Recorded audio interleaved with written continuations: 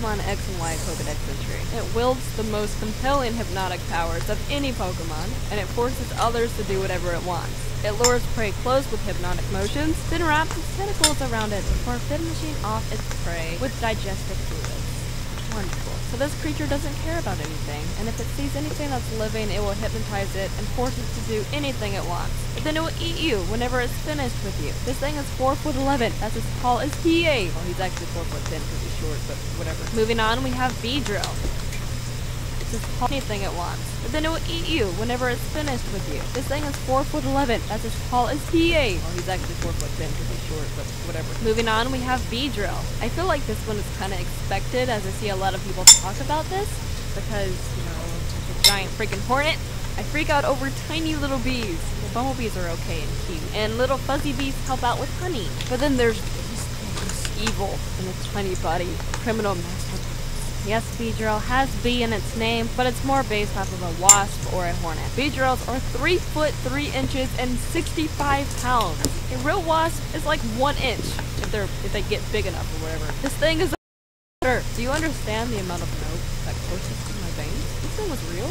I wouldn't even want to live in this world anymore. I'll just go ahead and dig myself a hole. Plus, look at those stingers. You wouldn't even have to worry about being stung. You would have to worry about being stabbed. According to their Pokedex entry, they can fly super fast, maybe even faster than a car, and then they jab their enemy repeatedly until they're dead. There's no way that you could outrun that. What's worse, they're extremely territorial, and if they see you, they call their buddies, and then they chase you. Moving on, we have Houndoom. Dogs are adorable. Dogs are pure, and I love them. We don't deserve them, and I want to adopt every dog ever. But even though the Pokemon anime makes Houndoom seem like the most sweet creature ever, if Houndoom were real, we would be screwed. Houndoom is based off of a hellhound, which are dogs obviously, but they're associated with death and hell. In some mythology, they say if you stare into its eyes 3 times, you die. If you hear it howl, you die. Basically, you see it or hear it, you die. Bad. Houndooms aren't really from hell, but they can still be very, very dangerous, especially the wild ones. They're a bit like wolves in the real world. They are pack animals, so if you happen to see one in the wild, then expect that there's probably 5 more somewhere. On top of having to worry about being chased by one, you have to worry about being burned. If they just magically spawned in the human world, we would not know what to do. In the Pokemon world, sure, I'm sure they have a way to deal with Houndoom. As soon as you turn 10 in the Pokemon universe, they teach you how to deal with Pokemon. But we're dumb. People with no Pokemon knowledge will probably say, "Ooh, it's a cute little dog wearing a Halloween costume," then attempt to pet it, then get burnt alive. Crappy thing about them though is that if you get burned by a Houndoom, you will never heal. You will feel the horrible pain of the burn until you die. So imagine a grease burn that doesn't go away ever, but worse. Yeah, it's bad. Moving on, we have Beware. I'm sure there's millions of people out there that love to collect plushies. There are many Build-A-Bear shops scattered all over the place. Basically, people love cute things. Beware and Stuffle aren't exactly plushies or teddy bears, but they definitely look like it. If a child saw one of these things, they would totally walk up to it and attempt to hug it, thinking it's like one of those things that you see at Disney, only to be flung across the parking lot. All these kids are like, "Oh, cute," and then they just all die. Pokemon has the habit of hugging its companion. Many trainers have left this world after their spines were squashed by its hug. If you make friends with this Pokemon, you could potentially die from its hug. That sucks, because hugs are magical. You wouldn't want a fair hug from this guy. Okay, I'll go ahead and delete my channel now. Moving on, we have Pinsir. Already just looking at a realistic Pinsir looks absolutely terrifying, and I don't want any. If you thought the bugs that we have now are freaky, I don't even want to think about a Pinsir. Just in the Pokemon universe, it uses its pincers to tear and crush its opponents. It can lift things twice its weight, easily crush logs, and it does not show mercy to its victims. Once they are caught, it won't let them go until it tears them in half. It could easily break a log. It could easily crush a person. Like, there's no way. We're like Jello. I mean, if you want Pokemon to be real, that's fine. But know that all of these other Pokemon will also become real. You wish it, you have to get everything that...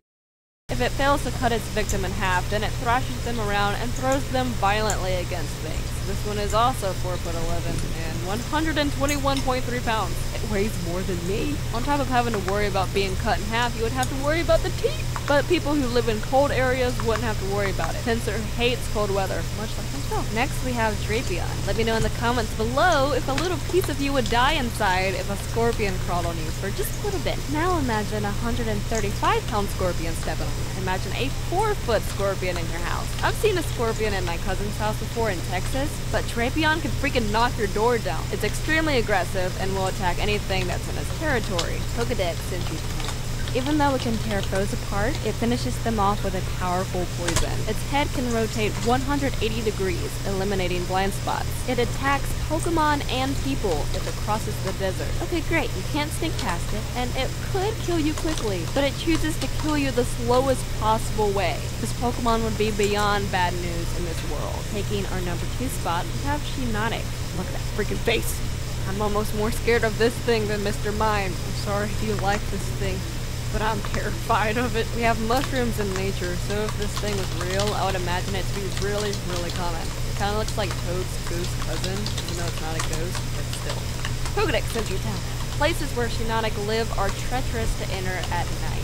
People confused by the strange lights that it produces never find their way home again. It emits flickering spores that cause drowsiness. When its prey succumbs to sleep, this Pokemon feeds on them by sucking in their energy. Oh good, so thanks to this thing, people get lost in the forest, then they get put to sleep, then they get eaten. It doesn't care. It's extremely dangerous in the Pokemon world. So how do you think it would be in the real world? I really like pretty lights. I like shiny things. I would definitely want to follow it. I'll totally get wrecked. Even if it was a nice mushroom, I would still be scared of it. Finally, the last Pokemon that we're going to be covering, we have Ariados. Do I even have to explain why I wouldn't want to have a venomous 73-pound spider walking around or waking up to see it on my freaking ceiling above my bed? I ain't dealing with no freaking giant spider. It's kind of mean. It will wrap you up in its web, then make you think that you're about to die, but then it will set you free. So then you feel happy that you lived. But without you knowing, it puts a little line of web on your body, so it could follow you afterwards. The line of web is basically invisible, and it can't be broken. That's why people in the Pokemon world use its webbing to make clothing, because it's so strong. Then once it finds you again, it will poison you, wrap you up, and then drink all of your juices. Nah, but tricky, we have guns and other weapons in the real world. You think a gun or a sword is gonna affect a Pokemon that could survive freaking explosions, flamethrowers, hyper beams, and other things? Like, I know Pokemon can die, but it takes a lot for them to die. In the game, they merely faint, but that's kind of game logic. But they are still supernatural creatures with superpowers. My point is, we would have a big war on our hands if wild Pokemon became real without any precautions, but to be honest, I would be ready for them. I mean, I still want Pokemon to be real. Put in the comment section below if you still don't care and you still want Pokemon to be real. I give you a high five. I agree. That's all the Pokemon I'll be covering today. Again, if this video gets 5,000 likes, I'll do a sequel. Be sure to follow me on Twitch for Let's Plays, and eventually we'll be doing a charity stream now that I got a working computer. I really hope you enjoyed this video. Be sure to leave a like and subscribe for more fun little videos like this and other songs whenever I actually do them. So here are my other social links and stuff. Thank you all for watching, and I'll see you guys next time. Bye-bye.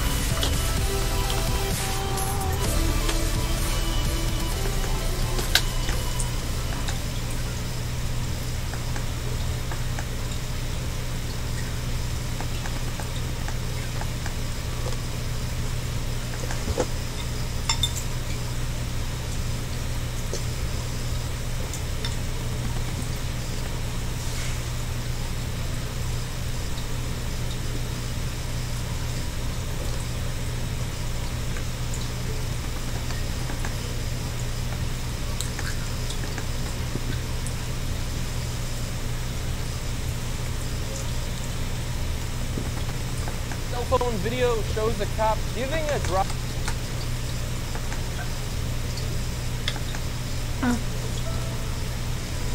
I have just found a baby bird bone on the floor.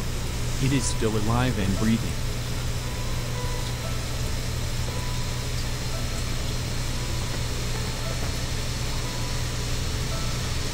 I have a carton box in the courtyard of my house, where the bird has made its nest. This baby has fallen from its nest.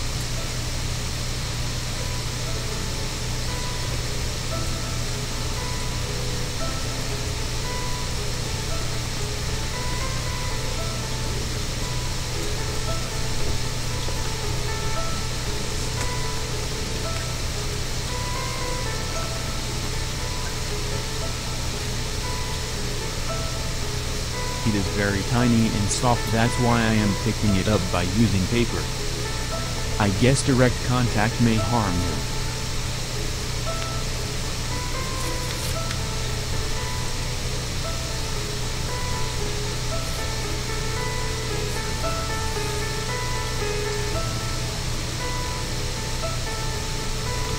You can hear him chirping.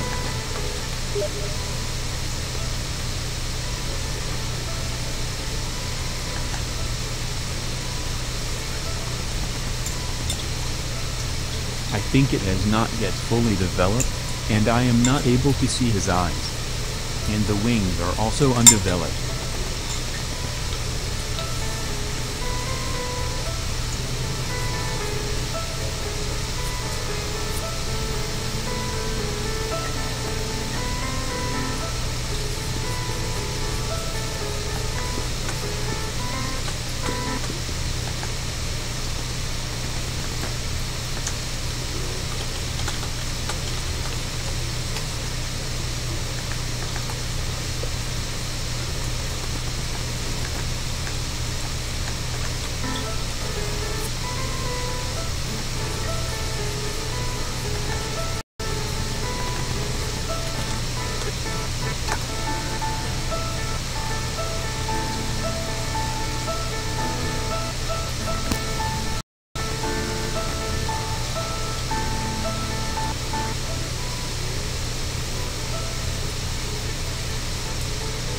This box is slightly tilted forward.